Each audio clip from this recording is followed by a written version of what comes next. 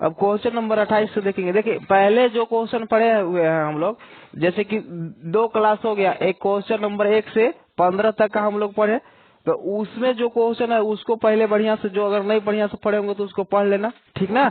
Video भी available है आपके पास, तो वीडियो भी देख सकते हैं। यूट्यूब का चैनल आपको ग्रुप में लिंक शेयर कर दिए हैं, ठीक ना। इसके बाद जो है दूसरा का कल जो क्लास किए उसमें जो है 15 से लेकर के क्वेश्चन नंबर 27 तक सॉल्यूशन दिए ना। तो अगर उसको आप सही से नहीं किए होंगे तो उसका भी आज वीडियो का लिंक हम जो है ग्रुप में डाल देंगे, तो वहां से देख लेना, ठीक है। और आज जो है अब हम लोग क्वेश्चन नंबर 28 से क्वेश्चन नंबर 40 तक कंप्लीट करने वाले हैं। तो इसमें जो है हमारा जो है मैथ का मॉडल सेट ऑब्जेक्टिव का पहला सेट क्लियर हो जाएगा, ठीक ना। इसके बाद हम लोग सब्जेक्टिव स्टार्ट करेंगे अगले सप्ताह में, ठीक ना। तो चलिए सबसे पहले हम लोग क्वेश्चन नंबर 28 पर ध्यान देते हैं कि क्वेश्चन नंबर 28 हमारा क्या कहता है, ठीक है। क्वेश्चन नंबर 28 है, एक वृत्त की कितनी स्पर्श रेखाएं हो सकती है। देखो स्पर्श रेखा की बात करता है, एक वृत्त की बात करता है और स्पर्श रेखा की बात करता है। देखो क्वेश्चन नंबर 28 क्या कहता है कि एक वृत्त पर कितनी स्पर्श रेखाएं हो सकती है। तो देखिए यहाँ पे एक हम बना दिए, वृत्त बना दिए ना, और स्पर्श रेखा किसे बोलते हैं, वृत्त के किसी एक बिंदु से होकर गुजरने वाली रेखा को स्पर्श रेखा बोलते हैं, ठीक ना। जैसे देखो वृत्त है ना, ये वृत्त के इस बिंदु है, इस बिंदु से एक ऐसे लाइन खींच दिए, स्पर्श मैंने छू के पार होने वाला रेखा। तो ए छू करके पार हो रहा है कि नहीं रेखा, बताओ। ए छू करके पार हो रहा है कि नहीं रेखा, ए छू करके पार हो रहा है कि नहीं। अरे वृत्त क्या से मिलकर के बना हुआ है, बिंदुओं से तो ही मिलकर के बनाया हुआ है। नजदीक नजदीक नजदीक नजदीक ऐसे ऐसे ऐसे बिंदु बना दिए तो वृत्त हो गया। तो इसमें जितने बिंदु है सभी बिंदु से एक एक स्पर्श रेखाएं खींची जा सकती है ना। तो कितने बिंदु है, कोई गिनती है इसकी नहीं, 0 एक बोका बोल रहा है। उल्टा पल्टा मत बोलो, नहीं तो फिर यहाँ गड़बड़ा जाएगा, मोबाइल में भी गड़बड़ा जाएगा ना। देखो अब हमको लगता है, चलो कोई बात नहीं, छोड़ो। तो अब जो है यहाँ पे देखो ए आपका जो है अनंत हो सकता है, बिंदु है इसमें क्या हो सकता है, अनंत हो सकता है ना। तो इस पर ऑप्शन में दिया हुआ है कि एक स्पर्श रेखा एक खींचा जा सकता है, 2 खींचा जा सकता है, अनंत खींचा जा सकता है, अनंत खींचा जा सकता है, और एक ऑप्शन में दिया हुआ होगा कुछ भी, ठीक ना। इनमें से कोई नहीं, ए ऑप्शन में दिया हुआ है अनंत, तो इसका सही आंसर क्या होगा, अनंत। किसी भी वृत्त पर अनंत स्पर्श रेखाएं खींची जा सकती है। अब देखो और स्पर्श रेखाएं से क्वेश्चन पूछा जाता है, समांतर स्पर्श रेखाएं कितनी खींची जा सकती है, किसी वृत्त पर कितनी समांतर स्पर्श रेखाएं खींची जा सकती है। तो 2 समांतर स्पर्श रेखा, समांतर का मतलब होता है कि एक जैसे यहाँ खींच सकते हैं नीचे और एक खींच सकते हैं ऊपर, तो 2 ही समांतर रेखा स्पर्श रेखाएं खींच सकते हैं, ठीक ना। और ऐसे भी अगर खींचे तो भी 2 ही स्पर्श रेखाएं समांतर खींच सकते हैं।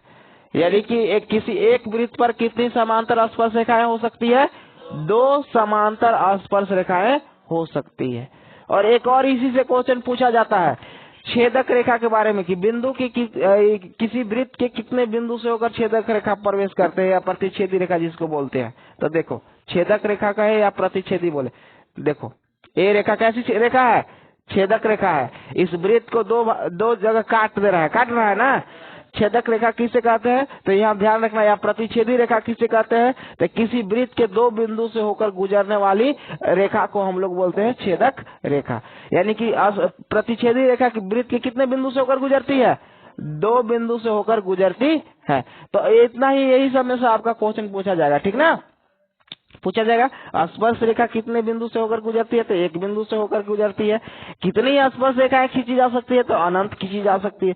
कितनी समांतर स्पर्श रेखाएं खींची जा सकती है, तो 2 समांतर स्पर्श रेखाएं खींची जा सकती है। समझ रहे बात ना। और प्रतिच्छेदी रेखा वृत्त के कितने बिंदु से होकर के गुजरती है, तो 2 बिंदु से होकर गुजरती है। क्लियर, कोई दिक्कत नहीं है ना। अब देखो क्वेश्चन नंबर, अब हम बात करेंगे क्वेश्चन नंबर ए हो गया मेरा 28 हो गया, ठीक ना। क्वेश्चन नंबर 28 हो गया। अब क्वेश्चन नंबर 29 पर हम लोग चर्चा करेंगे। हम आप लोगों को बोले हैं कि मॉडल पेपर पढ़ लो ना, तो सारा अगल बगल का क्वेश्चन आपको बता देंगे, वही बात हम कर रहे हैं। अब देखो इससे कहीं भी 10.1 का ही क्वेश्चन अभी सारा बता दिए हम, ठीक ना। आप एनसीईआरटी का 10.1 देखोगे तो सारा यही क्वेश्चन दिया था जो अभी हम आपको बताए।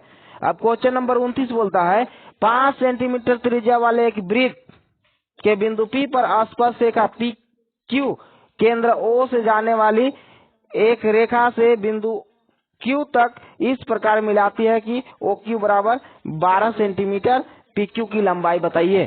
देखिए क्वेश्चन बड़ा है ना, तो एक क्वेश्चन बड़ा है लेकिन इसका कर्मनामा बहुत छोटा है, आप बड़ी आसानी से हल कर सकते हैं।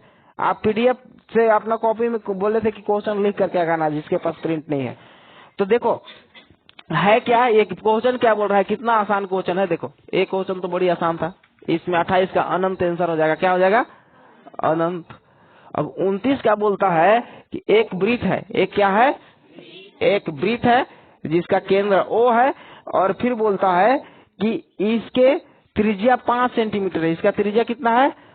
5 सेंटीमीटर है, और यहाँ से एक स्पर्श रेखा खींचा गया है, ठीक ना। और इस स्पर्श रेखा की लंबाई 12 सेंटीमीटर है। कितना सेंटीमीटर है?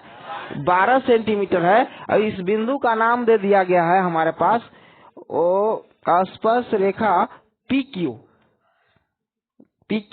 और OQ बिंदु इस प्रकार मिलती है कि OQ बराबर 12 सेंटीमीटर।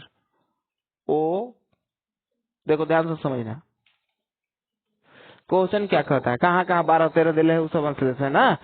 बोलता है कि 5 सेंटीमीटर त्रिज्या वाले एक वृत्त के बिंदु P पर स्पर्श रेखा, देखो वृत्त के बिंदु P पर, यहाँ बिंदु P है ना, वृत्त के बिंदु P पर स्पर्श रेखा PQ, स्पर्श रेखा ये वाला है, तो हमको इसका नाम दे दिए PQ। केंद्र O से जाने वाली एक रेखा, केंद्र O से जाने वाली एक रेखा में बिंदु Q पर इस प्रकार मिलती है कि OQ बराबर 12 सेंटीमीटर। OQ ये देखो, OQ ये है ना, 12 सेंटीमीटर है, ठीक है, समझ में आ गया। जैसे जैसे क्वेश्चन का है वैसे वैसे पढ़ के हम इसको ड्रॉ कर लिए। कहता है कि एक 5 सेंटीमीटर वाला त्रिज्या वाला वृत्त है, और इसमें एक स्पर्श बिंदु P है, इससे जो है एक इसको मिला दिए, Q तक मिला दिए, और OQ जो है केंद्र से Q तक मिलाने वाली रेखा की लंबाई 12 सेंटीमीटर है, ठीक ना।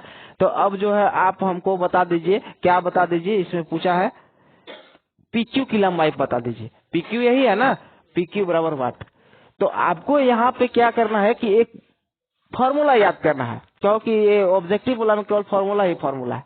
क्या है कि एक जब अध्याय 10 पढ़ेंगे तो वहाँ पे एक प्रमेय दिया हुआ है कि किसी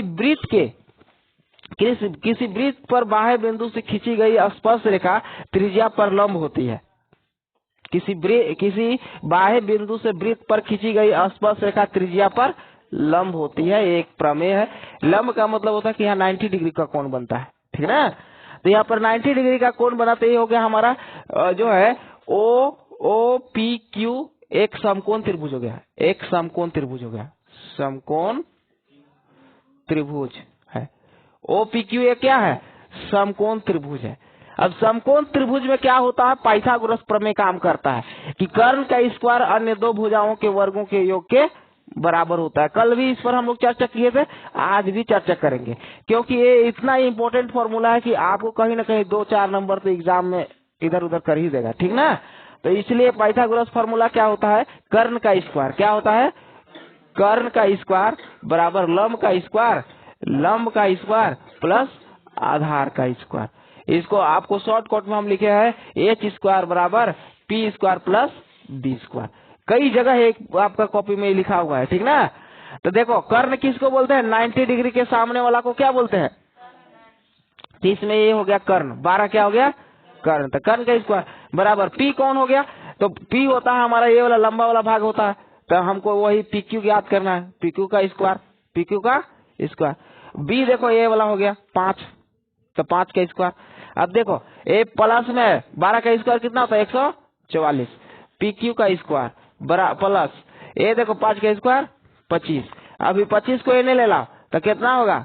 PQ स्क्वायर बराबर 144। ये वाला कहने ला रहे हैं, कुल मिला के ध्यान से समझना।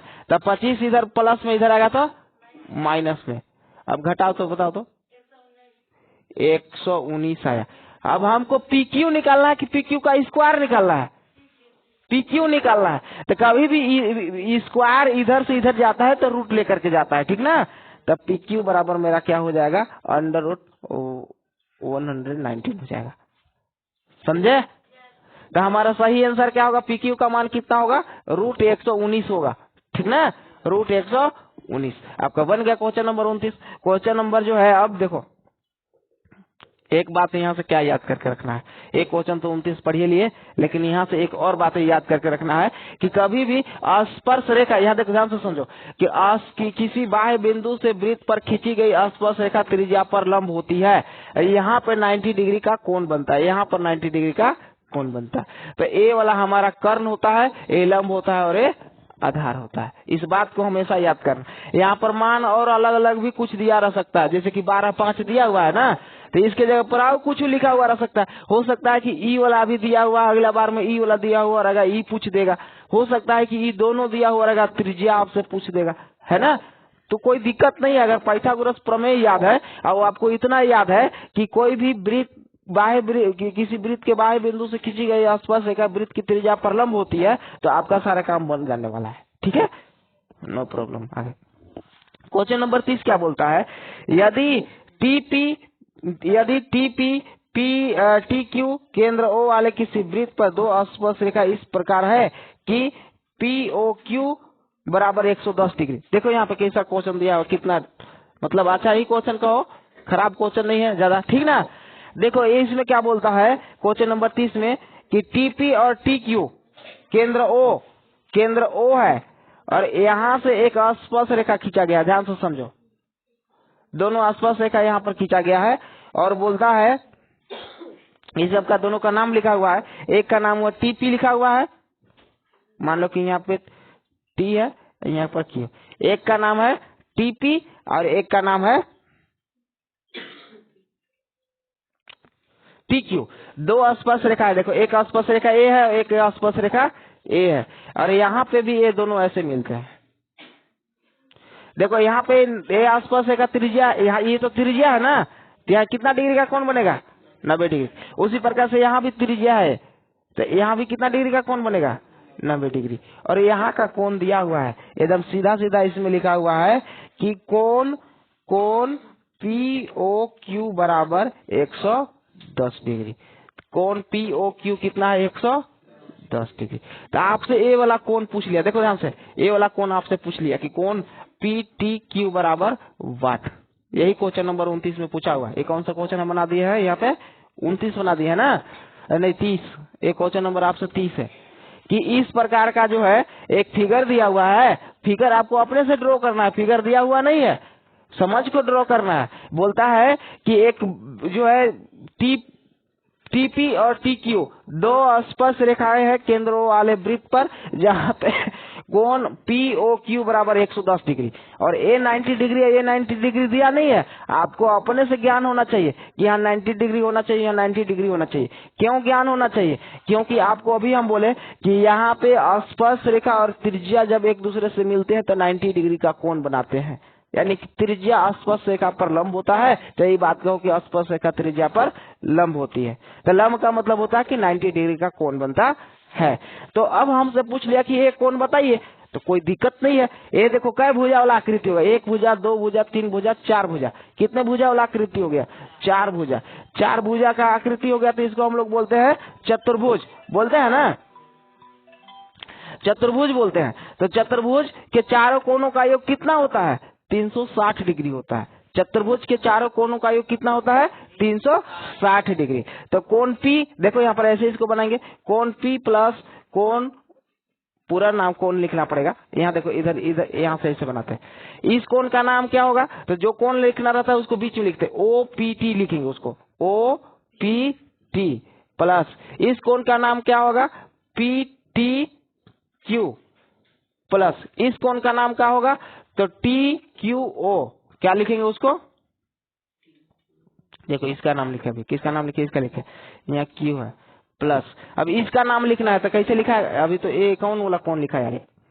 T वाला लिखा है ना। अब इसका कोण का नाम लिखना है तो TQO। अभी ये वाला कोण बचा हुआ है ना, इस कोण का नाम POQ बराबर कितना है? 360। अब देखो OPT कितना डिग्री दिया हुआ है? 90 डिग्री PTQ यही तो हमको निकालना है, PTQ निकालना है तो निकालना है। प्लस ए वाला कोण कितना दिया हुआ है, देखो Q वाला कितना कोण डिग्री दिया है 90 डिग्री, प्लस O वाला कितना दिया हुआ है 110 डिग्री बराबर 360 डिग्री।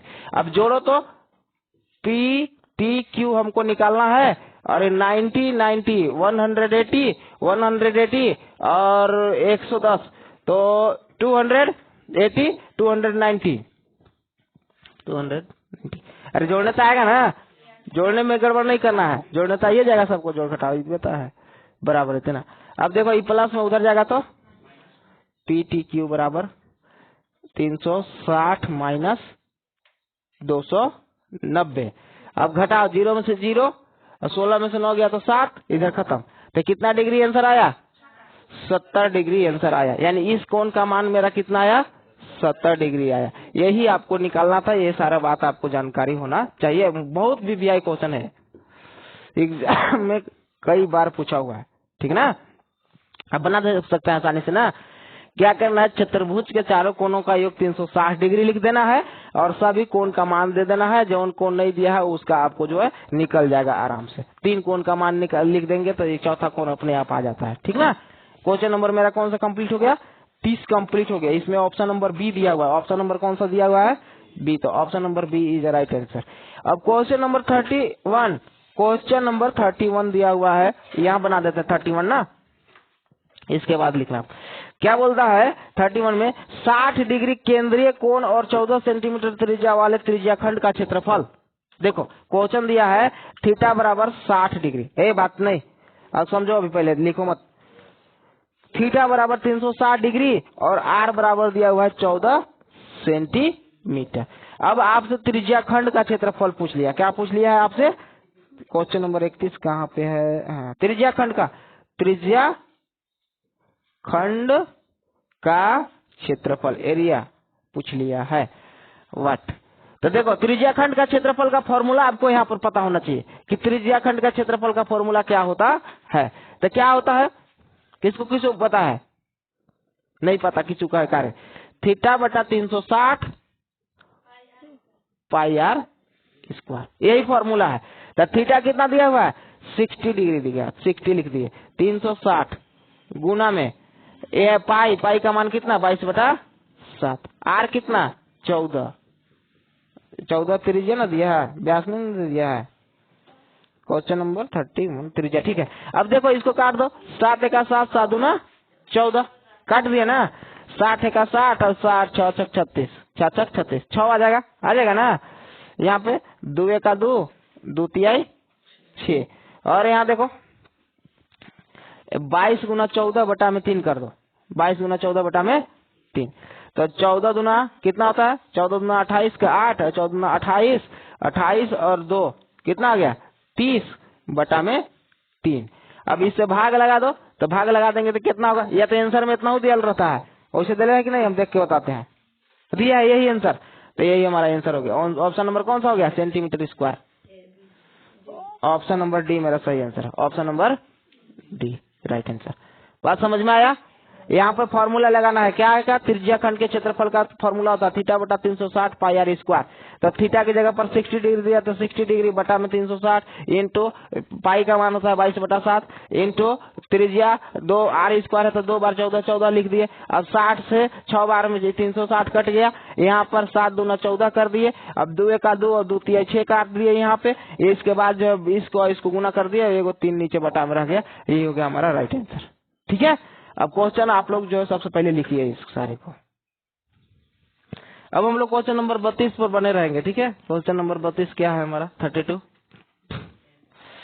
देखो बोलता है 32 त्रिज्या आर वाले वृत्त के उस त्रिज्याखंड का क्षेत्रफल ज्ञात कीजिए जिसका कोण P डिग्री है। देखो यहाँ पे एक त्रिज्याखंड का क्षेत्रफल, फिर से क्वेश्चन नंबर त्रिज्याखंड का क्षेत्रफल पूछ लिया। त्रिज्याखंड का क्षेत्रफल आपसे पूछा है कि त्रिज्याखंड का क्षेत्रफल बताइए, और त्रिज्या कितना बोला है, बोला कि त्रिज्या आर है और थीटा का मान कितना दिया हुआ है।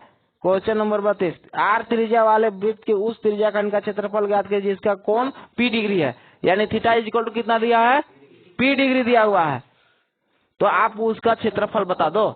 तो एरिया बराबर, तो अभी फॉर्मूला लिखे थे ना, क्या होता है एरिया, जो त्रिज्या खंड का क्षेत्रफल का अभी फॉर्मूला लिखे, थीटा बट्टा 360 इंटू पाई आर स्क्वायर। तो आप इसको याद करोगे ना तो एकदम पक्का है कि 3-4 नंबर फंस जाएगा आपका। एक तो त्रिज्या खंड का क्षेत्रफल का निकालने आता ही आता है सब्जेक्टिव में, और ऐसे ऑब्जेक्टिव में पूछ देगा तो आपका और ज्यादा नंबर बढ़ जाएगा, है ना। और ये बहुत बड़ा फॉर्मूला भी नहीं कि थीटा बटा 360 पाई आर स्क्वायर याद करना बड़ी बात है, क्योंकि पाई आर स्क्वायर तो पहले से रट के रखी ही है, और इसको थीटा बटा 360 याद कर लेना है, ठीक है। अब देखो थीटा का मान कितना दिया हुआ है, तब P डिग्री, तब P लिखेंगे 360 तो 360 लिखेंगे, आर के जगह पर कितना लिखेंगे, पाई की जगह पर पाई, और आर की जगह पर हमको कितना लिखना है, आर लिखना है, कोई दिक्कत नहीं है। अब आर है स्क्वायर तो इसके पर स्क्वायर लगा दो।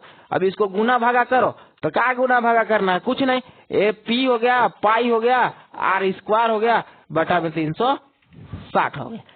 अब हो हो गया आंसर। अब देखो कि इसमें कहाँ लिखा हुआ है, क्वेश्चन नंबर कौन सा है, 32 है। अब देखो क्वेश्चन नंबर 32 में ऐसा चीज कहाँ दिया हुआ है, ऑप्शन नंबर हमारा डी देख लीजिए, एकदम अच्छा से देखिए डी में क्या लिखा है। डी में लिखा है हमारा पाई आर स्क्वायर पी बटा में 360।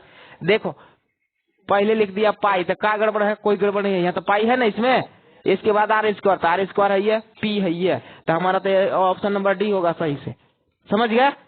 क्वेश्चन नंबर अब हमारा 33, क्वेश्चन नंबर 33 में बोलता है दो वृत्तों की त्रिज्या क्रमशः 19 सेंटीमीटर और 9 सेंटीमीटर है, उस वृत्त की त्रिज्या क्या होगी जिसकी परिधि इस दोनों वृत्तों की परिधियों के योग के बराबर है। देखो क्वेश्चन को अच्छे से समझना है ना। क्वेश्चन कहता है कि क्वेश्चन नंबर कौन सा हम लोग 33 चल रहे हैं ना, दो वृत्तों की त्रिज्या 19 सेंटीमीटर और 9 सेंटीमीटर है, दो वृत्त है, कितनी वृत्त है, दो वृत्त है जिसकी त्रिज्याएं क्रमशः 19 सेंटीमीटर और 9 सेंटीमीटर है। उस वृत्त की त्रिज्या क्या होगी जिसकी परिधि इन दोनों वृत्तों की परिधियों के योग के बराबर है। देखो क्वेश्चन बहुत अच्छा है, लेकिन आपको समझना पड़ेगा इस क्वेश्चन को।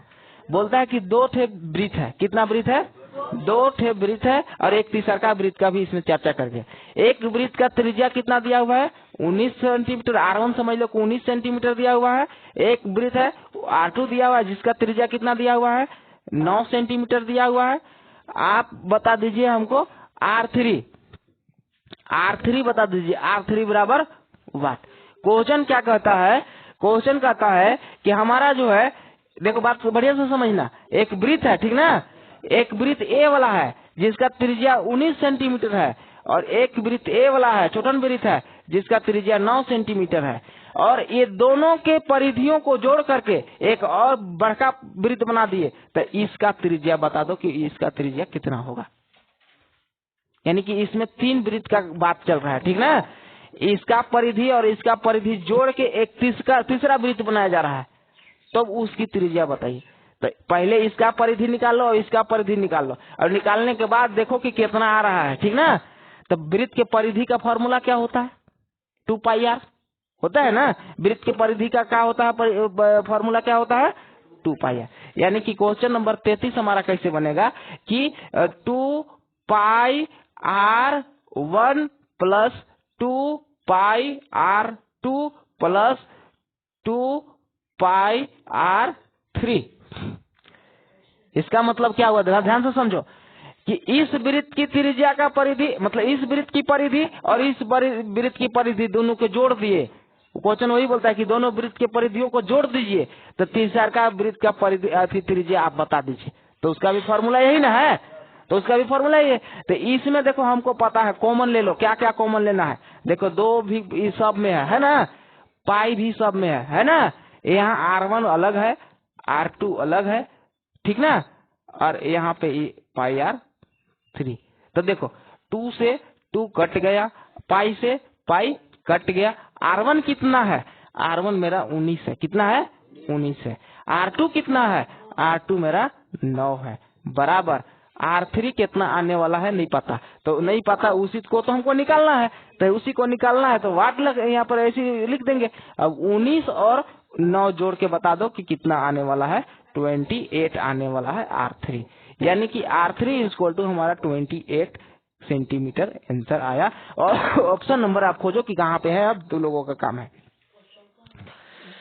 क्वेश्चन नंबर हमारा है 33, option number B. Option number कौन सा है इसका, बी सही आंसर है, ठीक ना। ऑप्शन नंबर कौन सा है, बी सही आंसर है। यानी कि इस क्वेश्चन को अगर अच्छे से नहीं समझेंगे तो आप बना नहीं पाएंगे।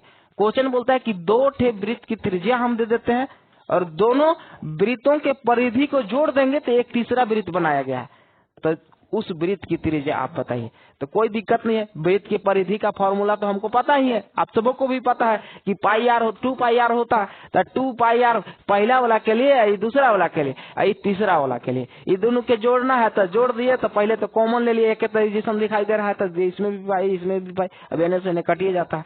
R1 का मान 19, R2 का मान 9, अब दोनों को जोड़ दिया था 28, R3 बराबर मेरा 28 आ गया। क्लियर, कोई दिक्कत नहीं, दिक्कत होना चाहिए। अब क्वेश्चन नंबर हम कौन सा चले, ये हो गया हमारा क्वेश्चन नंबर, कौन सा हो गया ये हमारा 33 हो गया। क्वेश्चन नंबर 34 का देखो, हम जो भी बता रहे हैं बड़ी डिटेल से बता रहे हैं, अगर आप अच्छे से पढ़ जाएंगे ना तो आपका सारा काम होने वाला है। सबसे बड़े बांस की लंबाई बताइए जो 12 सेंटीमीटर 9 सेंटीमीटर लंबे और 8 सेंटीमीटर ऊंचे कमरे में रखी जा सके। देखो क्वेश्चन क्या कहता है, ध्यान से समझो। एक कमरा है, क्या है, कमरा है, ये हम कमरा बना रहे हैं, देखो यहाँ कमरा, अरे ये नहीं, इसको ये देखो कमरा है ना, तो कमरा है तो इसमें हमको एक बहुत लंबा बांस रखना है, मैंने सबसे बड़ा बांस रखना है। कैसे के रखोगे, पहले भी तो रूम में हो ना तुम लोग, तो कैसे के रखोगे कि सबसे बड़ा बांस रखागा, ये मैं बता सुना, तुम अपना दिमाग लगा के बताओ। ऐसे ऐसे ऊपर नीचे रख देंगे तो सबसे बड़ा जाएगा है, ऐसा ऐसे रखेंगे तो सबसे बेसी। अरे इतना के आधा के बात करो, यहाँ से जहाँ तक ये रूम है ऐसे ऐसे रखेंगे, कोना कोनी रखेंगे। अभी दिमाग काम किया इसका सही बताओ, कोना कोनी रखेंगे तब ना बढ़न रखाएगा। रे यहाँ से वो कोना में ऐसे रखेंगे, ऐसे रखेंगे तो ऐसे रखेंगे तो छोटा न हो जाएगा, ऐसे रखेंगे तो भी छोटा हो जाएगा, लेकिन ई कोना पर से वो कोना पर वहां तक एक तान देंगे तो बड़ा होगा कि नहीं। तो इसको बोलते हैं डायगोनल, मतलब बोलते हैं विकर्ण। इसको क्या बोलते हैं, विकर्ण, कि विकर्ण के रूप में रखना पड़ेगा। और किस चीज का विकर्ण अब हमको ज्ञात करना पड़ेगा, तो अब हमें विकर्ण ज्ञात करना पड़ेगा घनाभ का, घन का जो भी है, ठीक ना, घन या घनाभ। तो घन और घनाभ के विकर्ण का फॉर्मूला आपको याद होना चाहिए कि घन और घनाभ के विकर्ण का फॉर्मूला क्या होता है। देखो कितना कितना दिया, पहले तो ये समझ लो क्वेश्चन नंबर कैसा है रे, 34 ना। एक देखो 12 सेंटीमीटर है, 12 मीटर है कने, हाँ एक 12 मीटर है, मान लो कि लंबैया 12 मीटर दिया हुआ है और 9 मीटर चौड़ैया दिया हुआ है, 9 मीटर चौड़ैया दिया हुआ है और ऊंचाइया कितना दिया हुआ है, 8 मीटर। अब इसका हमको विकर्ण का फॉर्मूला पता होना चाहिए क्वेश्चन नंबर 34 का, कि घनाभ का विकर्ण का फॉर्मूला क्या होता है। घनाभ का विकर्ण, विकर्ण बराबर क्या होगा, under root L square plus B square plus H square, इसका फॉर्मूला ये है। अब देखो अंडर रूट L कितना दिया हुआ है, 9 दिया हुआ है, कितना दिया है 9, तो 9 का स्क्वायर कितना 81। B कितना दिया है, कोई ले सकते हो 12, तो 12 का स्क्वायर 100 और ये 8 दिया, 8 का स्क्वायर 64। ये सब को जोड़ो, 4 और 4 8 और 1 9, 6 और 4 10 और 8 18 के 8, 1 और 1 2 अंडर रूट। इस कितना का वर्गमूल होता है, मतलब वर्ग होता है 289, 17 का, तो 17 मीटर इसका सही आंसर होगा। कितना मीटर आंसर होगा इसका, 17 मीटर सही आंसर होगा। ऑप्शन नंबर देखो कौन सा है, क्वेश्चन नंबर क्या था, ऑप्शन नंबर बी, इसका ऑप्शन नंबर कौन सा आंसर है, बी है। बात समझ में आया। आप ना ये देखो, ये फॉर्मूला याद करना होगा कि घनाभ के बात चल रहा है और घनाभ के विकर्ण का बात चल रहा है, तो घनाभ के विकर्ण का फॉर्मूला क्या होता है? L square plus B square plus A square under root में होता है। ठीक ना? कोई समस्या? कोई समस्या नहीं होनी चाहिए। अब क्वेश्चन नंबर हमारा है 34 हो गया। क्वेश्चन नंबर 35, क्वेश्चन नंबर 35 यहाँ दिखाई दे रहा है सबको? ठीक है, क्वेश्चन नंबर 35 ये भी लिख ही देते हैं, इसके बाद 5 क्वेश्चन बचेंगे। 35 क्या बोलता है? एक शंकु की ऊंचाई 12 सेंटीमीटर है तथा इसके आधार का व्यास 10 सेंटीमीटर, तो शंकु की तिर्यक लंबाई ज्ञात कीजिए। देखो कोई दिक्कत नहीं है, हम एक शंकु बनाते हैं। ये हमारा शंकु है, इधर देखो, दिखाई दे रहा है? इसमें नहीं दिखाई दे रहा है। चलो अभी जो है ये इतना लिख लो, इसके बाद उसको हम बताते हैं। क्वेश्चन नंबर 35 में हम लोग बात करेंगे। ठीक ना? 35 बोलता है कि एक शंकु की त्रिज्या, बात नहीं, एक शंकु की त्रिज्या 12 सेंटीमीटर है। ठीक ना? एक शंकु की त्रिज्या 12 सेंटीमीटर, त्रिज्या को क्या सूचित करते हैं? आर से। 12 सेंटीमीटर, कोई दिक्कत नहीं है। और एक शंकु की ऊंचाई ना बोला है, त्रिज्या पढ़ रहे हैं हम। एक शंकु की ऊंचाई कितना दिया हुआ है? 12 सेंटीमीटर दिया हुआ है। देखो यहाँ पे हम शंकु बनाते हैं, बातचीत नहीं, ये मेरा हुआ शंकु। इंग्लिश में शंकु को क्या बोलते हैं बता दो तो लोग? कौन बोलते हैं? क्या बोलते हैं? कौन। ये मेरा देखो शंकु है। अभी इसकी ऊंचाई बोल दिया तो ऊंचाई ऐसे करते हैं ना, ऊंचाई कितना दिया हुआ है? 12 सेंटीमीटर। और फिर बोलता है कि इसके आधार का व्यास 10 सेंटीमीटर है, यानी यहाँ से यहाँ तक इसको कितना दिया हुआ है? 10 सेंटीमीटर। तो त्रिज्या कितना होगा? व्यास जब 10 सेंटीमीटर है, d बराबर 10 सेंटीमीटर है, तो r बराबर कितना होगा? d/2 होता है, व्यास बटा 2 होता है त्रिज्या, यही ना? तो व्यास बटा 2 करेंगे तो r बराबर कितना होगा? 10/2, यानी कि कितना होगा? 5 सेंटीमीटर। ठीक ना? इसके बाद हमसे पूछ लिया है, आगे कहाँ है क्वेश्चन नंबर? तो शंकु की तिर्यक ऊंचाई ज्ञात कीजिए। शंकु की तिर्यक ऊंचाई, तिर्यक ऊंचाई इसमें किसको बोलते हैं? इसको तो बोलते हैं हम लोग ऊंचाई, केवल ये बीचे बीचे जो खींचे इसको ऊंचाई बोलते हैं। यहाँ से यहाँ ये हो गया त्रिज्या हमारा, यहाँ से यहाँ क्या हो गया?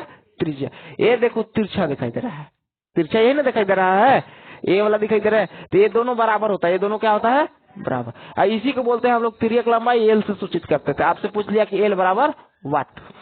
ठीक ना? तो यहाँ पर देखो, यहाँ पर कितना डिग्री का कोण बन रहा है? 90 डिग्री का कोण बन रहा है। इसका नाम दे दो ए बी सी। अब एबीसी एक देखो तो समकोण त्रिभुज है। एबीसी क्या है? त्रिभुज है। समकोण त्रिभुज एबीसी में चलेंगे अब हम लोग। समकोण, अभी इसका आंसर तो लोग बताओगे, हम नहीं बताने वाले। समकोण त्रिभुज एबीसी में देखो, समकोण त्रिभुज एबीसी में, तो एबीसी में हमको देखो एबी पता है। एबी क्या है? पता है कि एबी मेरा 12 सेंटीमीटर है। बीसी भी पता है, कितना बीसी बता दो? बता दो बीसी कितना है? पिटाई इतना तो लोग करेंगे ना कि समझ में आ जाएगा। ये 10 यहाँ से यहाँ के ना बोले थे रे कि व्यास दिया हुआ है, ये व्यास दिया हुआ है यहाँ से यहाँ 10 सेंटीमीटर। तो त्रिज्या इसका आधा निकाले, ए पर से ए पर 5 ना होगा, तो 5 होगा। कितना है ये? 5 सेंटीमीटर। हमसे पूछा क्या है? एसी पूछ लिया। क्या पूछ लिया? एसी बराबर वाट। तो आप बताओ, यहाँ समकोण है तो ये सामने वाला क्या होता है? कर्ण होता है। ये वाला क्या रहता है? लंब होता है। और ये वाला क्या रहता है? आधार होता है। तो कौन सा फार्मूला लगेगा? पाइथागोरस फार्मूला लगेगा, लगेगा ना? पाइथागोरस सूत्र लगाएंगे। तो पाइथागोरस सूत्र क्या होता है? कर्ण स्क्वायर। तो कर्ण का स्क्वायर यानी कि एल का स्क्वायर बराबर आधार का स्क्वायर प्लस लंब का स्क्वायर। तो आधार का स्क्वायर यानी कि बी स्क्वायर। तो बी की जगह पर हमारा 5 है, कितना है? चलो बी ए लिख दें आपका, बी का स्क्वायर यानी बी की जगह पर आर लिखा होगा, इसको लिखेंगे हम लोग आर का स्क्वायर प्लस एच का स्क्वायर। लंब को एच ऊंचाई दिया है ना, तो इसको हम लोग बोल देंगे एच का स्क्वायर। एल कितना दिया हुआ है ये तो ज्ञात करना, एल स्क्वायर बराबर आर कितना दिया था? 5, तो 5 का स्क्वायर 25। ए कितना दिया? 12, तो 12 का स्क्वायर 144। जोड़ घटा करके बता दो कितना होने वाला है? 169। एल बराबर अंडर रूट इतना, कितना आएगा? 13 होगा। तो 13 सेंटीमीटर इसका सही आंसर हो जाएगा। समझे बात? बात आपको समझ में आ गया होगा। अब क्वेश्चन नंबर देखो, क्वेश्चन नंबर अभी बनाना है उसको, क्वेश्चन वाला बना के जल्दी जाओ। 35 जो है ना 36, तुमको ए प्लस बी वाला नंबर दिए थे रे, ए प्लस बी प्लस सी का होल स्क्वायर, जल्दी से ज्ञात करो और इसके बाद जाना है। अब क्वेश्चन नंबर 36 देखो, 36 बोलता है मॉडल बनाने वाले मिट्टी से ऊंचाई 24 सेंटीमीटर और आधार की त्रिज्या 6 सेंटीमीटर वाला एक शंकु बनाया गया है। इस गोले से देखो, क्वेश्चन नंबर 36 कितना आसान दिया हुआ है, एक शंकु से ही दिया हुआ है। ये शंकु है, ये शंकु है और इस शंकु का ऊंचाई 24 सेंटीमीटर, ऊंचाई कितना दिया है 24 सेंटीमीटर दिया हुआ है और आधार की त्रिज्या कितना दिया हुआ है 6 सेंटीमीटर दिया हुआ है। अब ए इसको बिगाड़ के समझो बात का क्वेश्चन क्या कहता है कि ये एक शंकु है। अब इस शंकु का मटेरियल को सब गला करके और अब एक गोला बना दिया गया। क्या बना दिया गया? गोला बना दिया गया। तो इस गोला का त्रिज्या बताइए, इस गोला का त्रिज्या बताइए, ठीक ना। तो इस गोले का त्रिज्या कैसे ज्ञात करेंगे? तो कुछ आपको नहीं करना है, जितना इसका आयतन होगा उतना ही तो इसका आयतन होगा। दोनों का आयतन क्या होगा? सेम होगा। तो जब दोनों का आयतन सेम होगा तो दोनों का आयतन सेम कर दो। तो बताओ शंकु का आयतन का फॉर्मूला क्या होता है? जिसका कंसंट्रेट नहीं बन रहा है, अभी जब पढ़ा के बात खत्म कर लेना है तब उसका कंसंट्रेट बोर्ड पर बनेगा, ठीक ना। तो इसलिए टेंशन मत लो, अभी तुरंत उसका ये होने वाला है। तो देखो यहाँ पे शंकु का जो है आयतन क्या होता है 1/3 into pi r square h. और गोला का आयतन क्या होता है? गोला का आयतन होता है 4/3 पाई आर क्यू। तो देखो यहाँ भी पाई है और यहाँ भी पाई, तो पाई से पाई कट गया, यहाँ 3 है, यहाँ 3 से 3 कट गया। अब यहाँ पे हमारा आर बचा हुआ, क्या बचा हुआ? आर। तो शंकु में आर दिया हुआ है, शंकु का आर कितना दिया हुआ है 6, तो 6 गुना 6। अब एच, शंकु का एच दिया हुआ है कितना 24, तो 24 बराबर। अब 4 गुना में आर हमको ज्ञात करना था, आर की जगह पर आर। अब देखो यहाँ पे त्रिज्या देखो आर स्क्वायर है दो 6, तो 4 का 4, 6 चौके 24। अब आर क्यू बराबर मेरे पास आ गया, आर क्यू बराबर आ गया हमारे पास 6 गुना 6 गुना 6, इसको गुना करके एक बार लिख देते हैं 216। कितना आ जाएगा 216, 4 36, 36 216। अब आर बराबर कितना होगा √216। यहाँ अंडर रूट यहाँ क्यूब निकालना पड़ेगा, यहाँ पावर 3 है तो इधर क्यूब लेकर के जाता है, यानी कि घन निकालना पड़ेगा। तो 216 किसका घन होता है? 6 का होता है। किसका होता है? 6 का।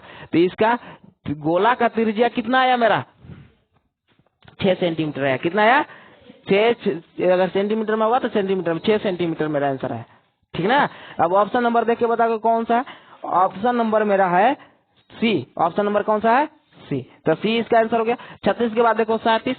अभी देखो 37 क्या होगा? 37 बोलता है कि कौन सा संबंध सही है। अब देखो एक संबंध याद करना, क्या? बहुलक बराबर, ध्यान से, बहुलक बराबर होता है 3 माध्यक माइनस 2 माध्य। ये फॉर्मूला है। तो ऑप्शन में ये देखो तो कहाँ दिया हुआ है? तो ऑप्शन में ये नहीं दिया हुआ है, लेकिन यही में दिया हुआ है, ऐसे करके दिया हुआ कि 3 माध्यक बराबर बहुलक माइनस प्लस 2 माध्य। तो यही बात है। देखो ये प्लस में इधर आएगा तो माइनस में इधर आएगा तो प्लस में, बहुलक दिन प्लस में लिखा है। तो ऑप्शन नंबर बी इसका सही आंसर कौन सा है?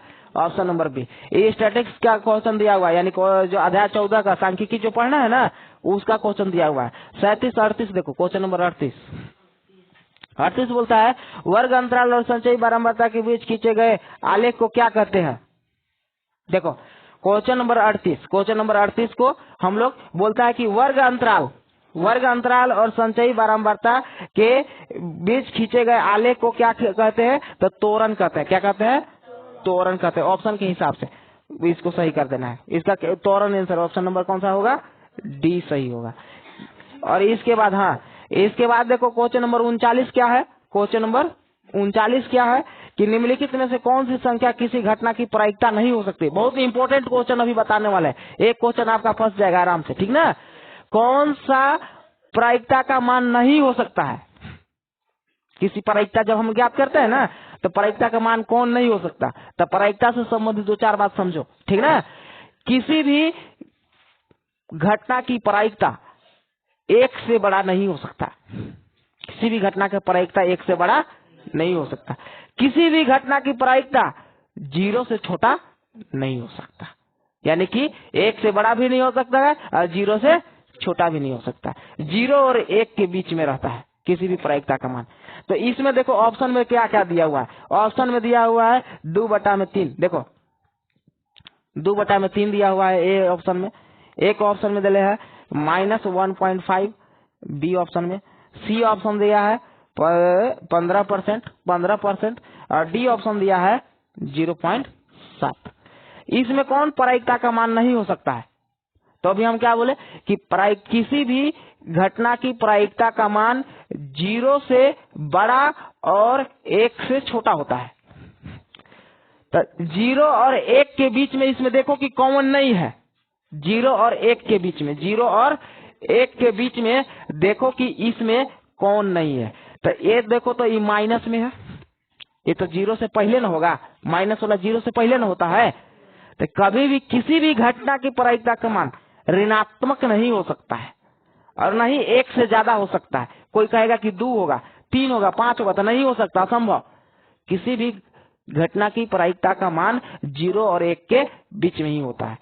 1 भी हो सकता है, 0 भी हो सकता है, लेकिन 0 से कम नहीं हो सकता। 0 से कम का मतलब हुआ कि माइनस में, तो माइनस में कभी भी किसी घटना की प्रायिकता नहीं हो सकता है और न ही 1 से ज्यादा हो सकता है। तो इसका सही आंसर कौन सा होगा? ऑप्शन नंबर बी होगा। एक किसी घटना की प्रायिकता नहीं हो सकता, ठीक ना। अब क्वेश्चन नंबर 40 देखो। क्वेश्चन नंबर 40 बोलता है कि घटना ई की प्रायिकता, देखो कितना आसान क्वेश्चन दिया है। घटना ई की प्रायिकता 0.05 है, यही ना है। तो घटना ई नहीं की प्रायिकता बताओ। ई नहीं का मतलब ऐसे होता है, ई नहीं का बताओ। तो एक फॉर्मूला होता है, घटना ई की प्रायिकता प्लस घटना ई नहीं की प्रायिकता इक्वल टू 1 होता है। तो यहाँ पे घटना ई की प्रायिकता 0.5 दिया हुआ है, 0.05 दिया हुआ है, बराबर घटना ई नहीं की प्रायिकता, ठीक है, 1। अब चलो यहाँ इसको हम घटा जोड़ कर देते हैं। क्वेश्चन नंबर कौन सा चल रहा है? 40 ना। क्वेश्चन नंबर 40 देखो यहाँ पर बना दे रहे हैं, ठीक है। क्वेश्चन नंबर 40 क्या बोलता है? घटना ई की प्रायिकता दिया हुआ है, तो हम फॉर्मूला लिख देते हैं, घटना ई की प्रायिकता प्लस घटना ई नहीं की प्रायिकता इक्वल टू 1 होता है। तो घटना ई की प्रायिकता 0.05 दिया हुआ है। हमसे पूछ लिया कि घटना ई की प्रायिकता बता दीजिए। कोई बात नहीं, बता दे रहे हैं हम, हाँ बता दे रहे हैं। तो कितना हो जाएगा? घटना ई की प्रायिकता बराबर हमारा हो जाएगा ए निकालना है, ठीक है, निकाल रहे हैं। ए प्लस में होने जाएगा तो माइनस में, 1 में से कितना करना है? 0.05। अब देखो घटाव किसी को नहीं आता है, गलती कर देता है। इतना आसान घटाव ना, इतना गलती कर देते हैं। आधा से अधिक बच्चे लोग तो गलती करके आ जाता है इस क्वेश्चन को। 1 में से इतना नहीं घटा पाते हैं। अब तुम लोग भी 5 गो इसमें फेल हो जाओगे इतना में से। तो देखो कैसे घटाएंगे। 1 में से अगर यहाँ नहीं घटाने आएगा तो इसे लिख लो। 1 में से हमको कितना घटाना है? 0.05। तो हमको कितना घटाना है? 1 में से 0.05, यही ना घटाना है। कोई बात नहीं, यहाँ देखो, यहाँ पॉइंट के बाद में नहीं है तो में 0 लगा दो। तो 0 में से 5 नहीं जाएगा, तो 10 में से 5 घटाओ तो 5। 1 हासिल लेके आ गई है, 9 बन गया है, 9 का 9। यहाँ पर 1 हासिल दे दिया तो ये हो गया 0। तो इसका सही आंसर क्या होगा? 0.95, ठीक ना। अभी इसमें कौन सा ऑप्शन नंबर सी दिया हुआ? ऑप्शन नंबर कौन सा दिया हुआ है? सी। ये घटाव समझ में आया कि नहीं? आ गया ना। तो चलो अब क्वेश्चन नंबर 40 तक आप पूरा कंप्लीट कर लिया है ना। यानी कि क्वेश्चन नंबर 1 से क्वेश्चन नंबर 40 तक ऑब्जेक्टिव जो है मैथ का सेट 1 पूरा कंप्लीट कर लिए आप लोग। जितने क्वेश्चन अभी आपको हम पढ़ा दिए, इसमें कम से कम 40 क्वेश्चन नहीं बल्कि 100 क्वेश्चन से अधिक बताए हैं। 100 प्लस क्वेश्चन बताए हैं, क्योंकि एक ही चीज का बार बार जो है कई उससे संबंधित सारा क्वेश्चन बता दिया है ना। तो आप इस सेट को अच्छे से पढ़ना, 2-4 बार बढ़िया से पढ़ लेना। जब दूसर का सेट इसका आएगा तो दूसर का सेट भी ऑब्जेक्टिव के पढ़ाएंगे। अभी सब्जेक्टिव अभी स्टार्ट करने वाला है अगले सप्ताह में, ठीक ना। तो सब्जेक्टिव भी क्लियर करा देंगे। तो इस प्रकार से अगर आप एक भी मैथ नहीं पढ़े होंगे, केवल मॉडल पेपर बढ़िया से पढ़ लो, बात को समझ लो और जो फॉर्मूला लिख रहा है उस फॉर्मूला को याद कर लो, तो आपका मतलब अच्छा नंबर कोई नहीं रोक सकता है। 10वीं क्लास में आप जो है अच्छे नंबर से पास हो सकते हैं, ठीक ना। तो चलिए जो है अब आप लोग लिख लो इतना।